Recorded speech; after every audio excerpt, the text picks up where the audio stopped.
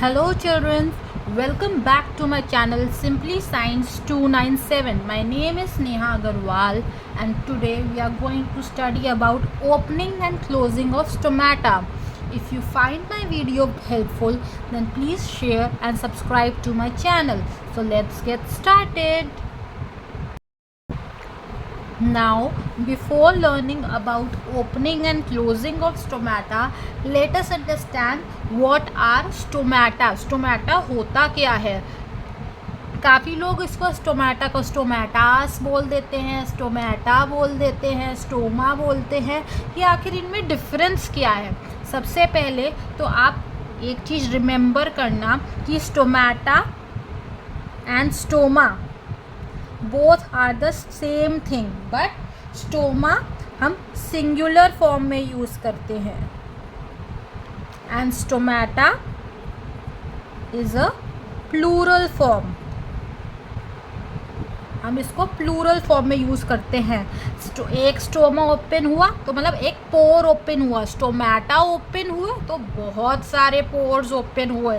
Stomata को अगर आप स्टोमेटास कहोगे so it will be considered wrong. Correct English is stomata, not stomatas. अब बात आ गई स्टोमेटा, हमें ये पता चल गया कि स्टोमेटा प्लूरल होता है और स्टोमा सिंगुलर होता है। अब ये स्टोमेटा होता क्या है? सो फ्रेंड्स, जैसे हमारी बॉडी में बहुत पोर्स होते हैं, ऐसे ही लीफ के सर्फेस में भी बहुत पोर्स होते हैं। अगर आप सनलाइट में देखोगे माइन्यूट पोर्स होते हैं, उसको हम कहते हैं स्टोमेटा। क्या होते हैं stomata? These are minute pores, छोटे छोटे पोर्स, अनकाउंटेबल पोर्स। और इससे क्या होता है? गैसियस एक्सचेंज होता है between plants and the surrounding. और इसी से हम जो हमारा जो प्लांट है अपनी बॉडी में वाटर लॉस कंट्रोल करता है by changing the size of stomata, by opening and closing of stomata. So for before learning opening and closing of stomata, I will be teaching it in the form of two theories. Number one,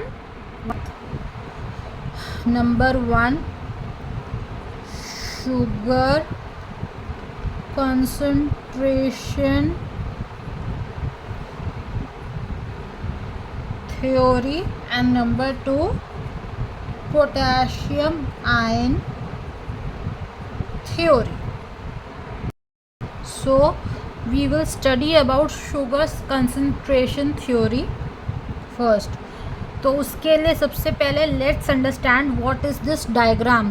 these two kidney shaped structure, और I can say bean shaped structure जैसे राजमा होता है, are basically guard cells. क्या होते हैं ये? Guard cells. It is a nucleus, as it is a cell it must have nucleus. These small circles are chloroplast, and now you know what are chloroplast from my previous video. Chloroplast is the site of photosynthesis, यहाँ पर photosynthesis होता है। This opening, it is a stoma. Remember stoma, not stomata, क्योंकि ये एक opening बनी हुई है। अगर बहुत सारे होते तो it would be stomata, it is a stoma. So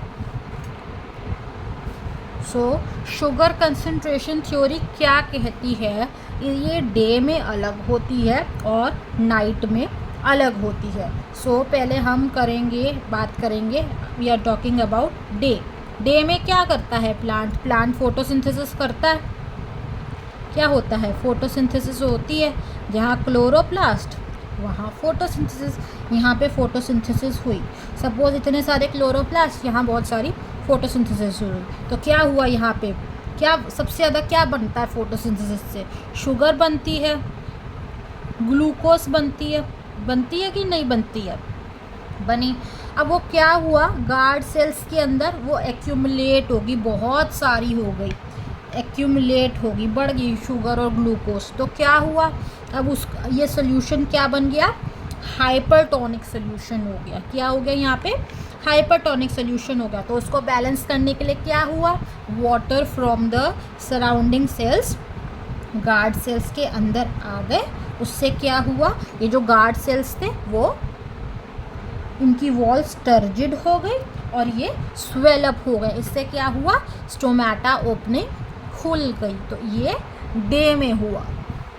and what happens in night? Night में ऑपोजिट हो गया। नाइट में नो फोटोसिंथेसिस, नाइट में फोटोसिंथेसिस नहीं हुई। तो जो ग्लूकोज लेवल था, शुगर लेवल था, वो डाउन हो गया फ्रॉम सराउंडिंग्स। तो क्या हुआ? उल्टा हुआ। पहले ये वाटर अंदर जा रहा था, अब क्या हुआ? नाइट में वाटर बाहर आ गया। तो क्या हमारा डायग्राम बन गया? तो हमारे गार्ड सेल्स श्रिंक हो गए।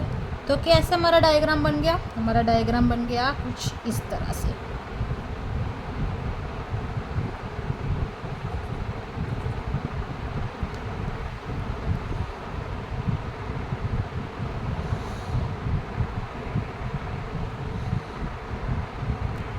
मतलब बेसिकली जो जितना भी वाटर था, ये सोल्यूशन हमारा हो गया था hypotonic.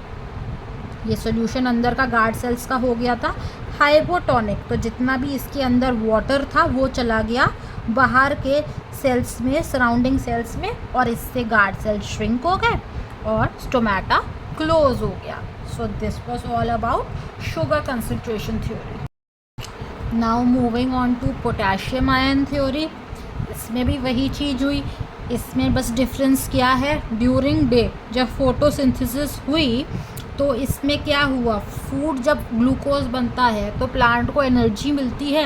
Energy in the form of ATP generate हुई इसमें गार्ड सेल्स के अंदर। जितने ज़्यादा क्लोरोप्लास्ट उतनी ज़्यादा फोटोसिंथेसिस, उतनी ज़्यादा एनर्जी जनरेट हुई। उससे क्या हुआ? इसके अंदर बहुत सारे पोटेशियम आयंस आ गए। क्या आ गए? पोटेशियम आयंस आ गए। पोटेशियम आयंस आ गए। पोटेशियम आयंस के साथ साथ क्या इन्होंने क्या कर दिया? सोल्यूशन को इसका कर दिया हाइपरटोनिक। हाइपरटोनिक कर दिया।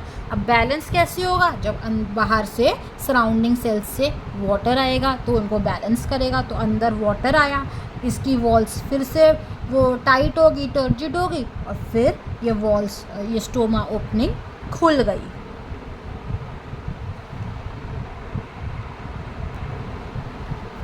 एंड सिमिलरली नाइट में क्या हुआ? उल्टा हो गया। क्या हुआ? No photosynthesis takes place. Photosynthesis नहीं हुई। एटीपी जो फॉर्मेशन थी वो उसका लेवल पहले से डाउन हो गया गार्ड सेल्स में। तो क्या हुआ?